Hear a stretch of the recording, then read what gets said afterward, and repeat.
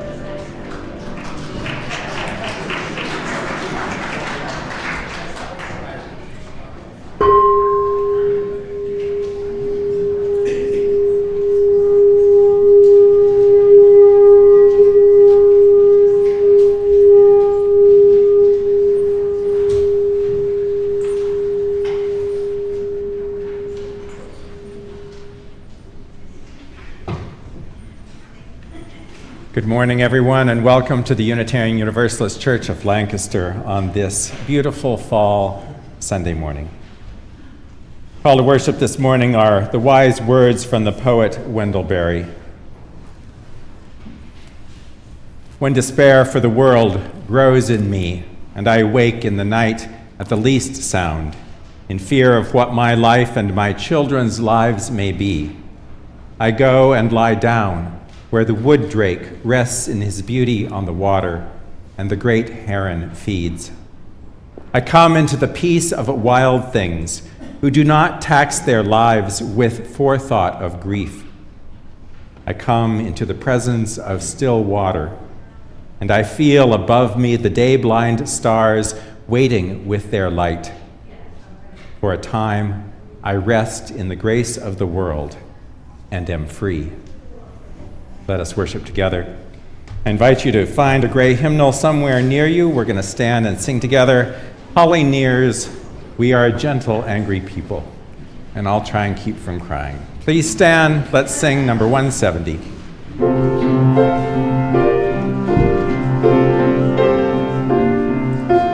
We are a gentle, angry people, and we are singing, singing for our lives.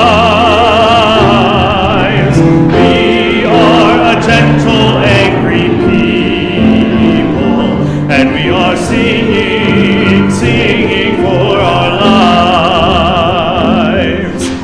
We are a justice-seeking people, and we are singing, singing for our lives. We are a justice-seeking people, and we are singing, singing for our lives. We are young and old together, and we are singing, singing for our lives. We are young and old together, and we are singing, singing for our lives. We are a land of many colors, and we are singing, singing for our lives. We are a land of many colors, and we are singing, singing for our lives. We are gay and straight together, and we are singing, singing for our lives.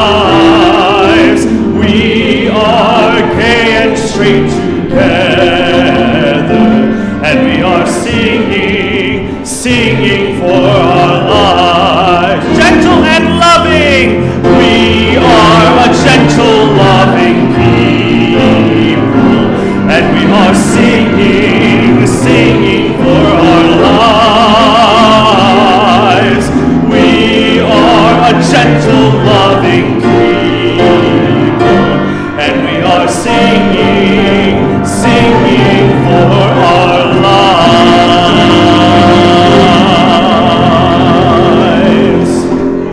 Please remain standing for the lighting of our chalice.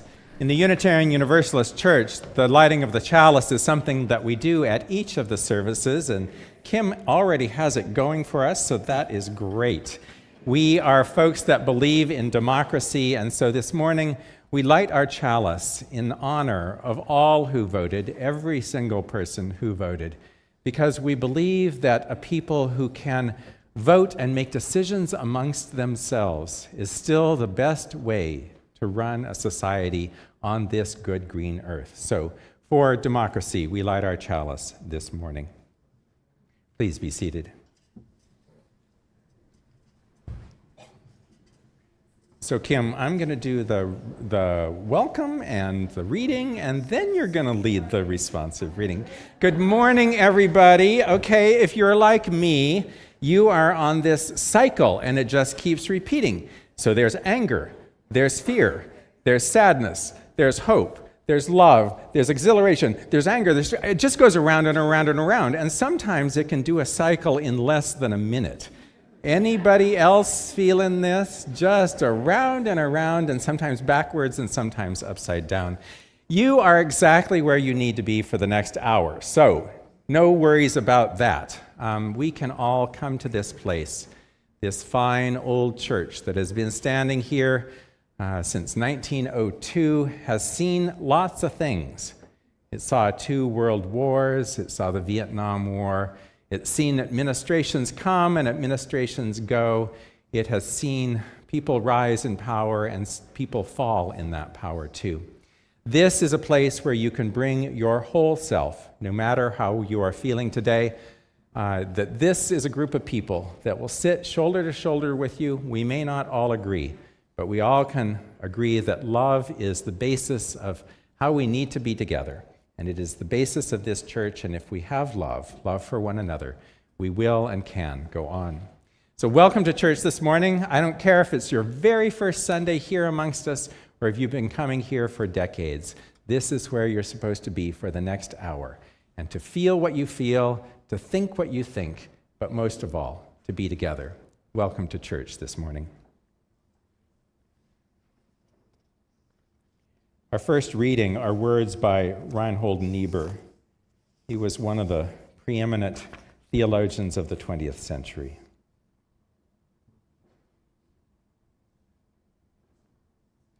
Nothing worth doing is completed in our lifetime. Therefore, we are saved by hope. Nothing true or beautiful or good makes complete sense in any immediate context of history. Therefore, we are saved by faith. Nothing we do, however virtuous, can be accomplished alone. Therefore, we are saved by love. No virtuous act is quite as virtuous from the standpoint of our friend or foe as it is from our own. Therefore, we are saved by the final form of love, which is forgiveness.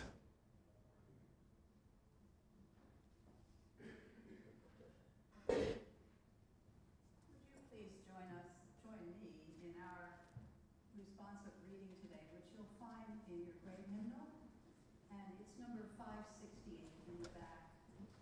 I will begin, and you will chime in with the italicized sections.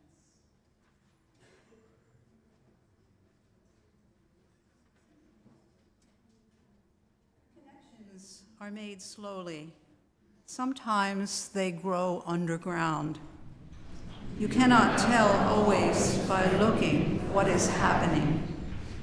More than half a tree is spread out in the soil under your feet.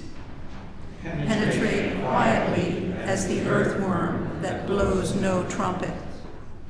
Fight persistently as the creeper that brings down the tree.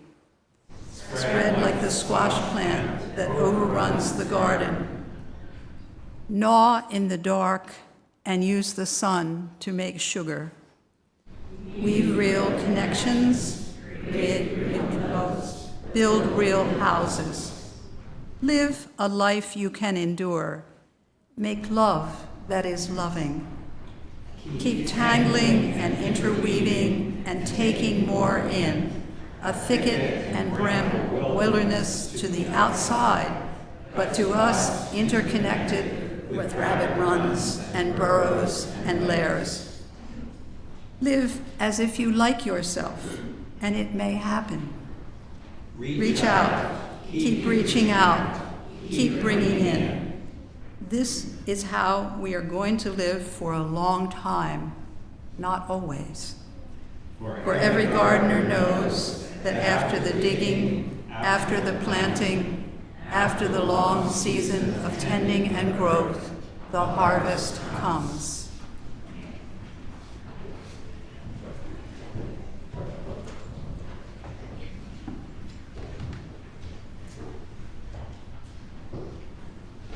I invite you to settle in for this sermon.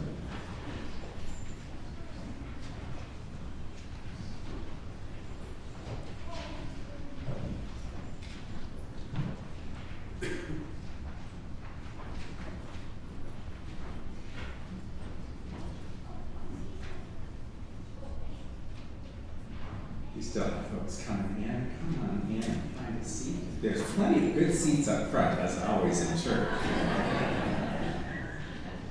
Don't be shy. Find a seat for yourselves.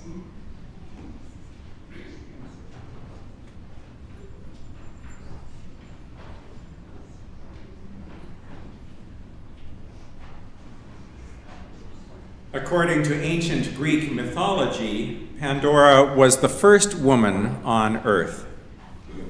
Zeus ordered Hephaestus to create her. He did so using water and earth. All the gods were pleased with this new creation. Athena clothed Pandora, Aphrodite gave her beauty, Apollo gave her musical ability, and Hermes gave her speech. Pandora was capable in every way. She was smart, talented, and beautiful. She was kind, generous, and loving.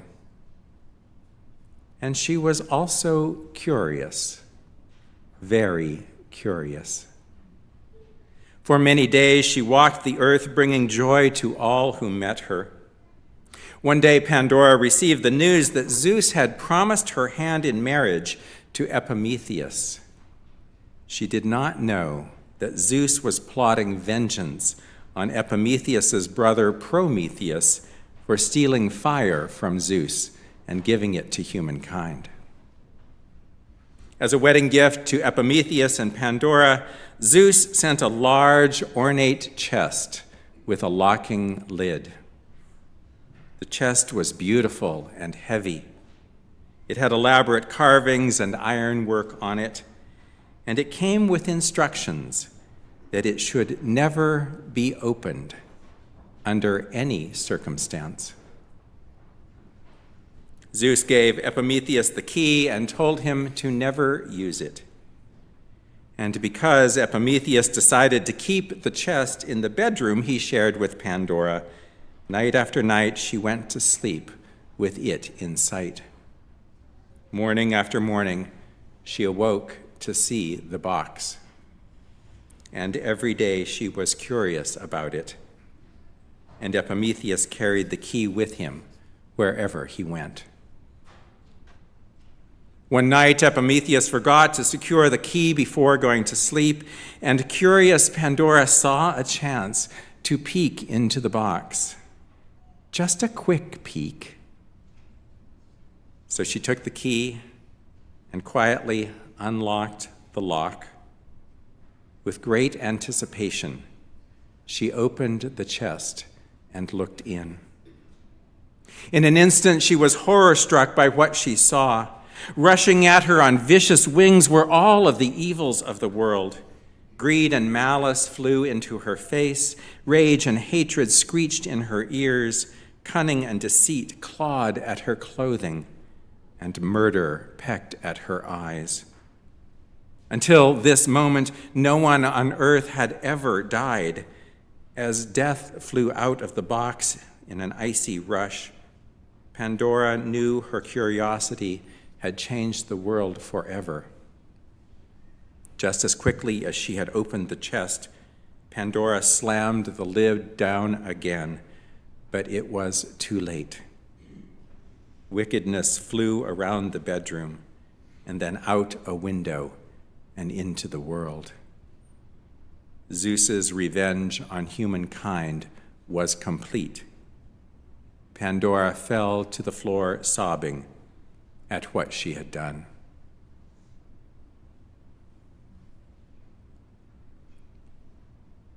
On November 5th, America reopened a Pandora's box of its own making. On Election Day, our country went to the polls, and many millions of us unlocked the lock on a pent-up power. Whether you voted for the president-elect or not, it's clear to me that once again, he was the exact key that fit into the lock on our Pandora's box. His ability to lie made him the perfect key to fit the lock. His enormous ego and outrageous actions made him the right key. His racism, sexism, and xenophobia made him the right key. But it is important for us not to mistake the key for the contents of the box.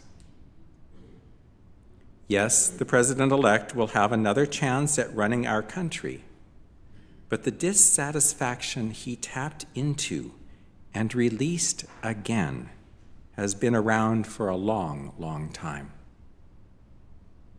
Many would say it has been around for at least as long as there have been white men in the Western Hemisphere. Unlike the chest of our ancient Greek myth, America's Pandora's box gets opened and shut over and over again from generation to generation. Its contents speak directly to who we are as a people and why it is so very hard sometimes for us to come together. Do not think for one moment that the president-elect identifies with the people who voted with him. He does not. He is a rich, straight, white man of no discernible faith who is hungry for power. But those who voted for him clearly see him as the key that will unlock a better life. Now, I don't know what your social media feed has been like, but mine has been downright strange. I have lots of colleagues who are leading liberal UU congregations.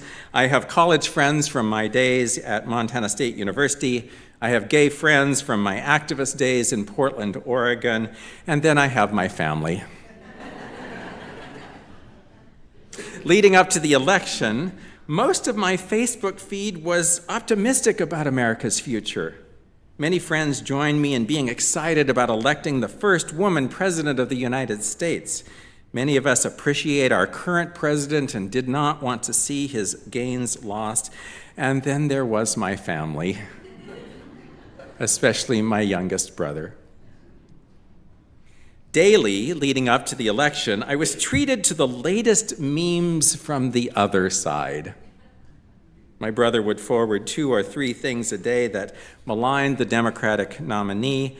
Things I would never condone showed up in my Facebook feed amid the optimism.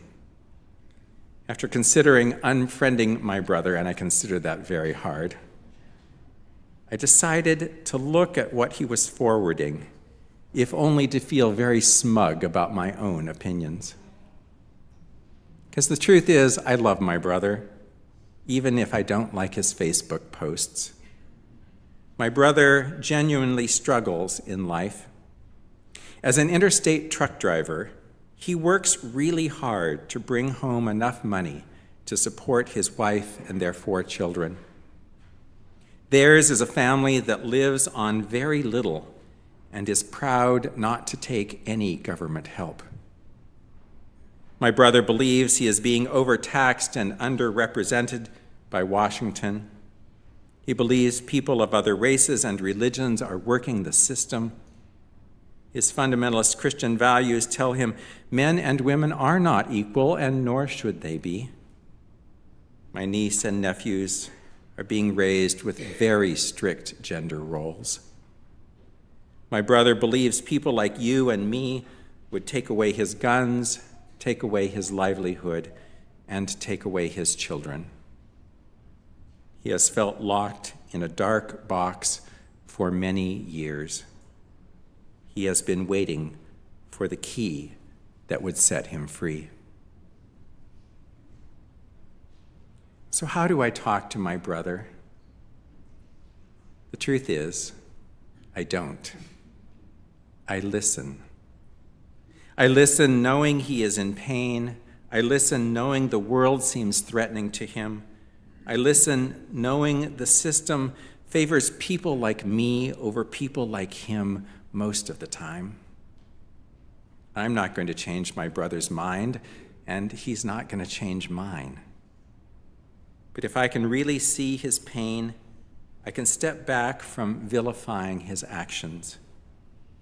We may be enemies at the ballot box, in the halls of government, and in the streets of protest for a long time to come. But I can still love my brother, even while I work for equality, diversity, and religious freedom. After this election, my brother thinks that he has a champion again, and I can be there for him when that champion inevitably lets him down again. Because the system that favors people like me will not favor people like my brother, no matter who is in the White House. And this is where Unitarian Universalists must do some soul searching of our own. During the next 4 years, very little will change in a system that works quite well for most of us.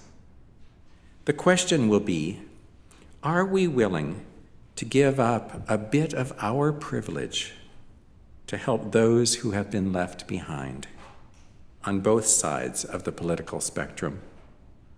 Can we see beyond our own rank and station to those who are in pain in our country? In a UU church, it's easy to forget what gets stuffed into Pandora's box over and over again until it gets opened. Our country really needs to break down the false dichotomy that pits rural against urban, white against black and brown, men against women. These divisions most certainly exist. Heck, electoral districts are drawn to emphasize them. And often these divisions determine the conditions our fellow citizens will live under for generations. My own parents raised 5 children in poverty. My brother is raising 4 children in poverty. Most or all of his children will raise their children in poverty. The suffering in America is quite real. And the saddest part is that poor white people, poor black and brown people, and most recent immigrants of whatever religion have more in common with each other than our electoral map would ever reveal. We Americans are kept apart by a 400-year-old system that keeps the wealthy in power and everyone else fighting amongst themselves. Too many people feel looked down on and shoved aside. It was anger at a perceived neglect that flew out of the ballot box on Tuesday night, a cry you and I might struggle to hear or understand.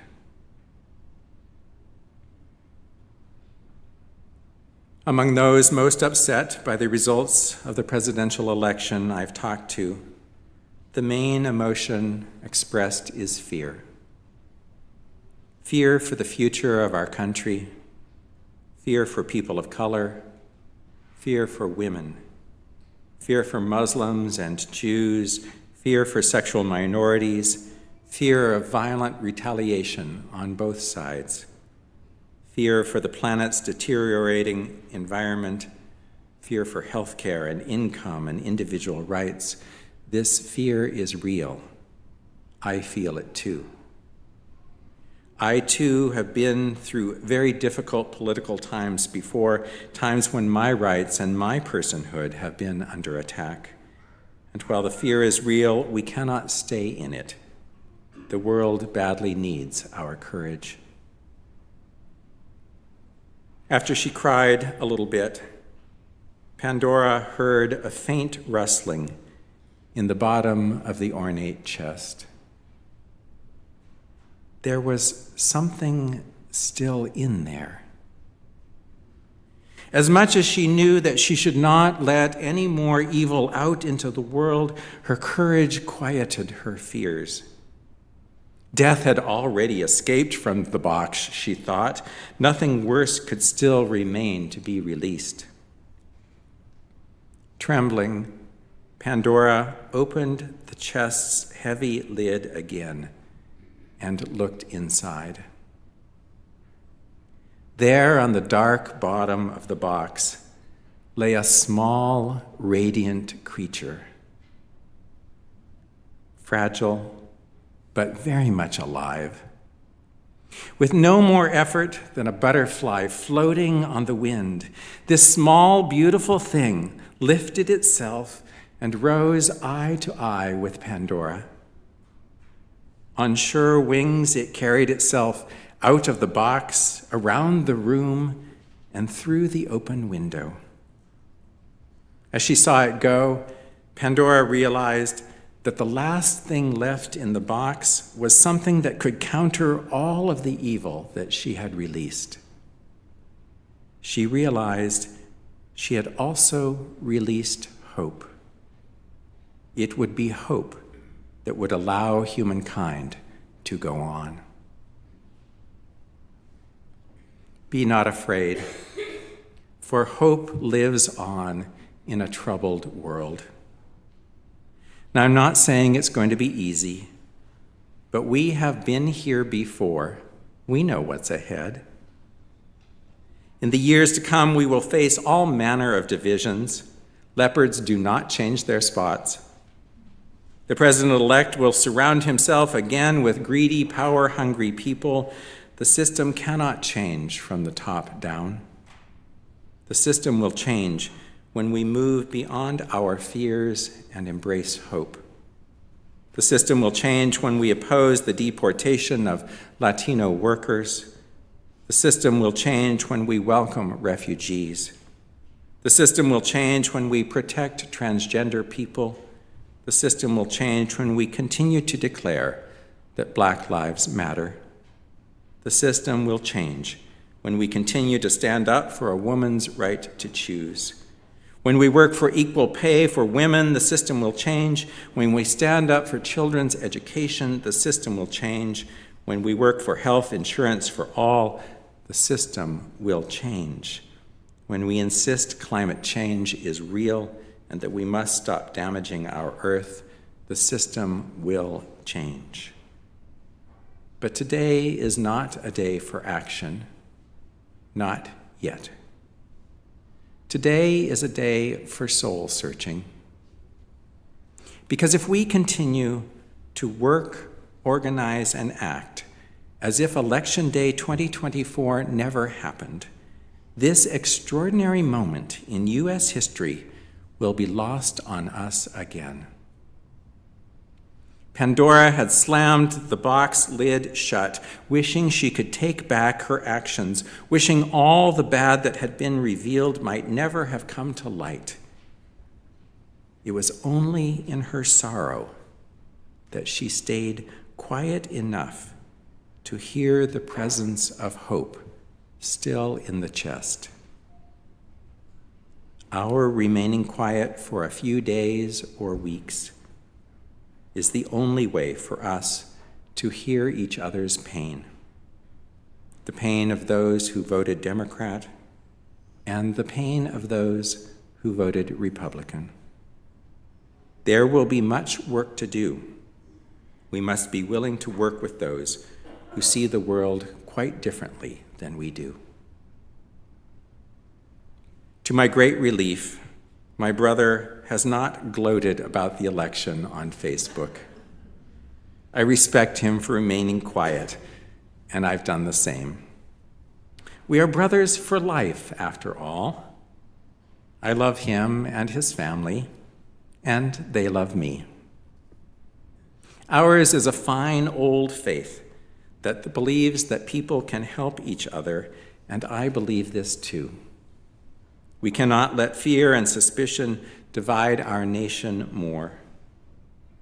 So I urge you, be not afraid of your neighbors. Be not afraid of your co-workers. Be not afraid of the strangers you will meet. Offer kindness and shelter. Control your own temper. Assume good intentions. Love one another. So be it. Amen.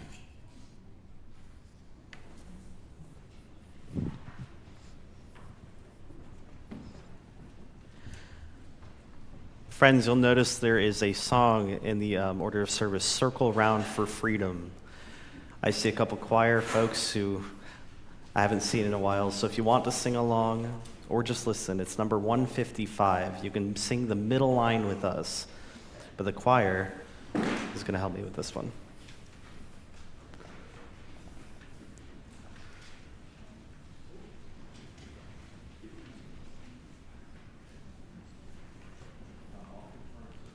Yeah. just the melody. Circle round for freedom. Circle round for peace. For all of us imprisoned. Circle for release. Circle for the planet. Circle for each soul. For the children of our children. Make the circle. Sopranos. Round for freedom. And the melodies. Circle round for peace. For all of us in prison. Circle for release. Circle for the planet. Circle for each soul. For the children of our children. Keep the circle. All together now, all parts. Circle round for freedom. Circle round for peace. For all of us in prison. Circle for release.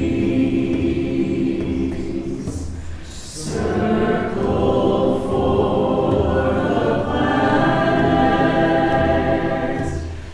Circle for each soul. For the children of our children. Keep the circle. Sing with me on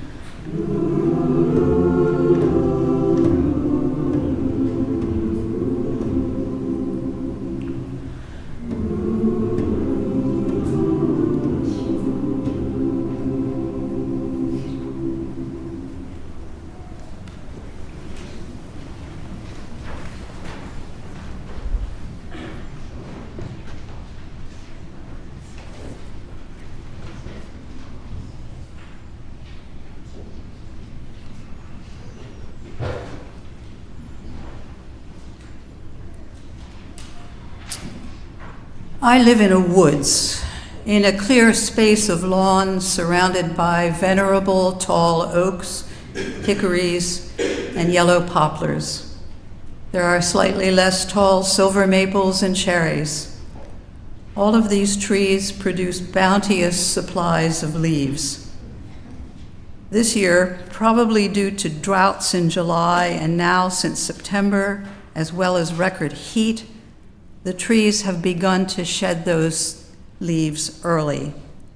I am awash in fallen leaves. Every year I rake leaves from the lawn and gardens onto tarps, which I drag to the 3 compost piles I keep. I empty the tarps onto the increasingly high compost piles, and repeat, and repeat. My compost piles are now waist deep, and the leaves still fall. This raking is a task that Sisyphus would recognize, except that the leaves are lighter than his boulder. Needless to say, leaves have been on my mind. One of the very few Alexander Pope quotations I remember goes like this: "Words are like leaves, and where they most abound, much fruit of sense beneath is rarely found." Or, if we rearrange his tortured 18th century syntax, he is saying, keep it simple. Too many words obscure your point. And that leads me to reflect on the incalculable amount of repetitive verbiage that has characterized the past year plus of the political scene. I am truly sick of opining. Yes, some analysis of events and statements is valuable beyond the initial reporting, especially by a person versed in the history and operation of whatever is being reported. But opinions and analyses by a regular stable of commentators seem to have replaced detailed reporting of the events themselves. And I should add, even though I'm not a sports watcher, it seems that groups of commentators fill a parallel role interpreting sports. This opining won't diminish or stop, I fear, but I am turning away for a time. Regarding this week's election results, I find myself back in the woods. This woods has no leaves. Specifically, I am in Dante Alighieri's woods. Dante begins Inferno, the first book of his trilogy, The Divine Comedy, with these words: "In the middle of the journey of our life, I came to myself within a dark wood where the straight way was lost. Ah, how hard a thing it is to tell of that wood, savage and harsh and dense, the thought of which renews my fear. So bitter is it that death is hardly more." This translation is by John D. Sinclair from the middle of the 20th century. John Ciardi's more poetic translation goes like this: "Midway in our life's journey, I went astray from the straight road and woke to find myself alone in a dark wood. How shall I say what wood that was? I never saw so drear, so rank, so arduous a wilderness. Its very memory gives a shape to fear. Death could scarce be more bitter than that place." It's remarkable, however, that Dante immediately follows these lines with a quick promise that things will turn out well by the third book, Paradiso.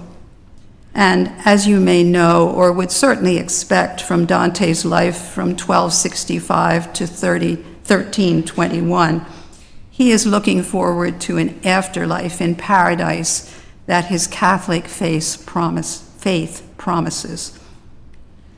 I can't feel as hopeful as some might about the dark woods we're in now. I think that the words Sinclair and Ciardi use to describe the surroundings, savage, dark, dense, drear, rank, and arduous, could apply equally to our national condition. However hard it may be, we must ultimately turn our words, our opining, into positive action directed by our affirmation of faith, service, dwelling together in peace, seeking the truth in love, and helping one another. And now, in order to sustain this church and its many offerings, an offering will be collected.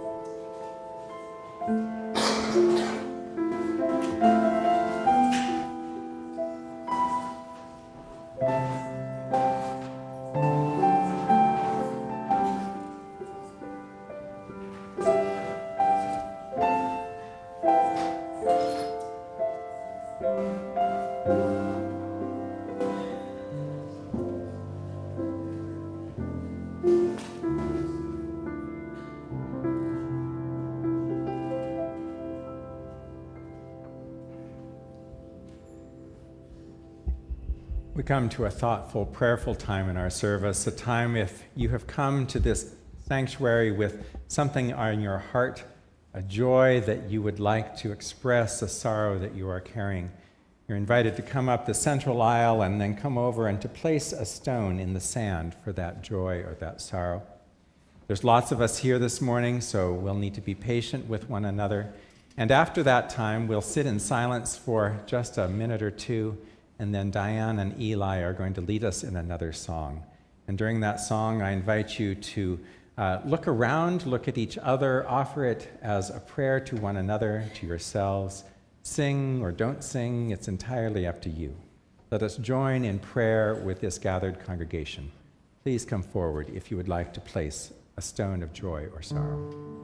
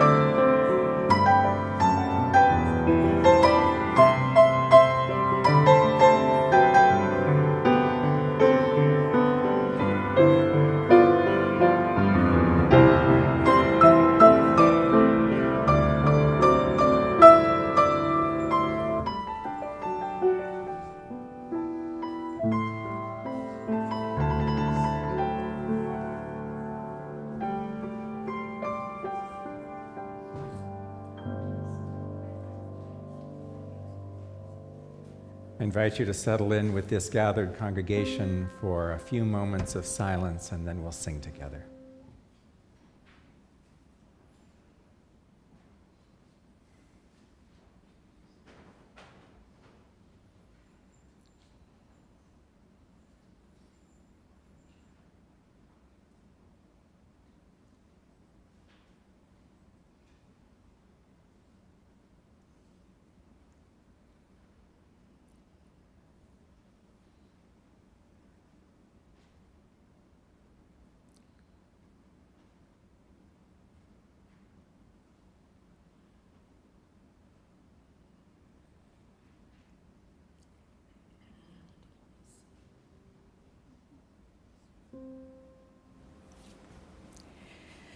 I will be your standing stone.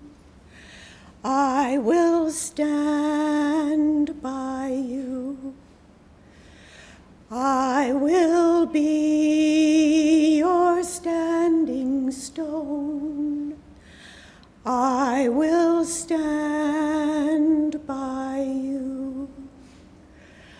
I will be your standing stone. I will stand by you. I will be your standing stone. I will stand by you. I will be your standing stone. I will stand by you. I will be your standing stone. I will stand by you. I will be your standing stone. I will stand by you. I will be your standing stone. I will stand by you. I will be your standing stone. I will stand by you. I will be your standing stone. I will stand by you.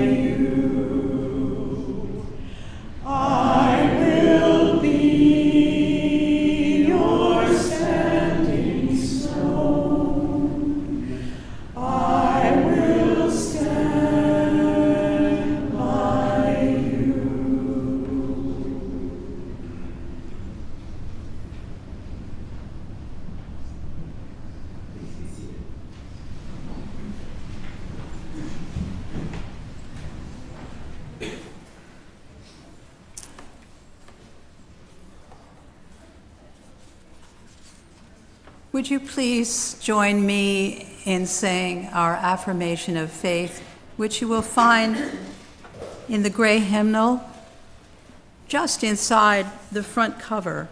However, I have a very new edition, and it doesn't happen to be there. Luckily, I do know it by heart. Thank you anyway. Yeah. So you might be in that position too. Maybe you could look over to your neighbor and share the affirmation.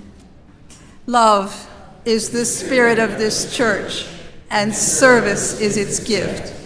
This is our great covenant, to dwell together in peace, to seek the truth in love, and to help one another. And in Spanish, el amor es el espíritu de esta iglesia, y el servicio es su ofrenda. Este es nuestro gran pacto, el convivir unidos en paz, el convivir en amor, y ayudarnos unos a los otros. And now I draw your attention to the announcements that you will find in your order of service, and I want to make special mention of the congregational meeting, which is in Emerson Hall just below us, beginning at 11:30 after your cup of coffee and conversation. This is the biannual congregational meeting, and there will be some important topics discussed. So please attend that as you are able, and thank you all. As we begin to close our service, I'd like to invite you to find one of those gray hymnals near you, and we'll stand and sing together number 100. We're going to sing, I've Got Peace Like a River. Now this has different emotions expressed. Feel free to be as expressive as you like. Please rise as you are able. We'll sing together number 100, I've Got Peace Like a River.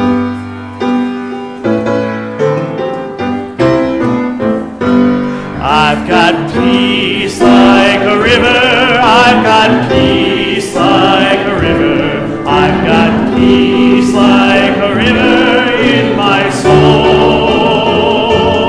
I've got peace like a river, I've got peace like a river, I've got peace like a river in my soul. Joy like a fountain, I've got joy like a fountain.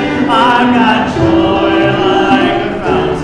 I've got joy like a fountain in my soul. I've got joy like a fountain. I've got joy like a fountain. I've got joy like a fountain in my soul. Love like an ocean. I've got love like an ocean. I've got love like an ocean. I've got love like an ocean in my soul. I've got love like an ocean. I've got love like an ocean. I've got love like an ocean in my soul. Pain like an arrow. I've got pain like an arrow. I've got pain like an arrow. I've got pain like an arrow in my soul. I've got pain like an arrow. I've got pain like an arrow. I've got pain like an arrow in my soul. Tears like the raindrops. I've got tears like the raindrops. I've got tears like the raindrops. I've got tears like the raindrops in my soul. I've got tears like the raindrops. I've got tears like the raindrops. I've got tears like the raindrops. Last one, strike like a mountain.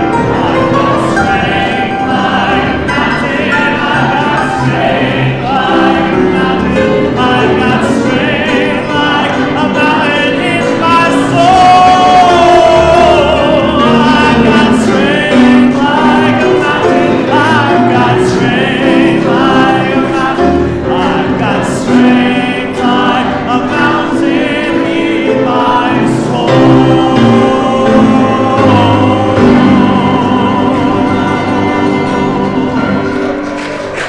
We have all of these and more. We have all of these and more. Remember, it was only when she quieted herself just a little bit that she heard in the bottom of that chest the hope that had been there all along. That is the hope that will carry us through. Let us be the ones who release that over and over again wherever it is needed. Go in peace and go in love.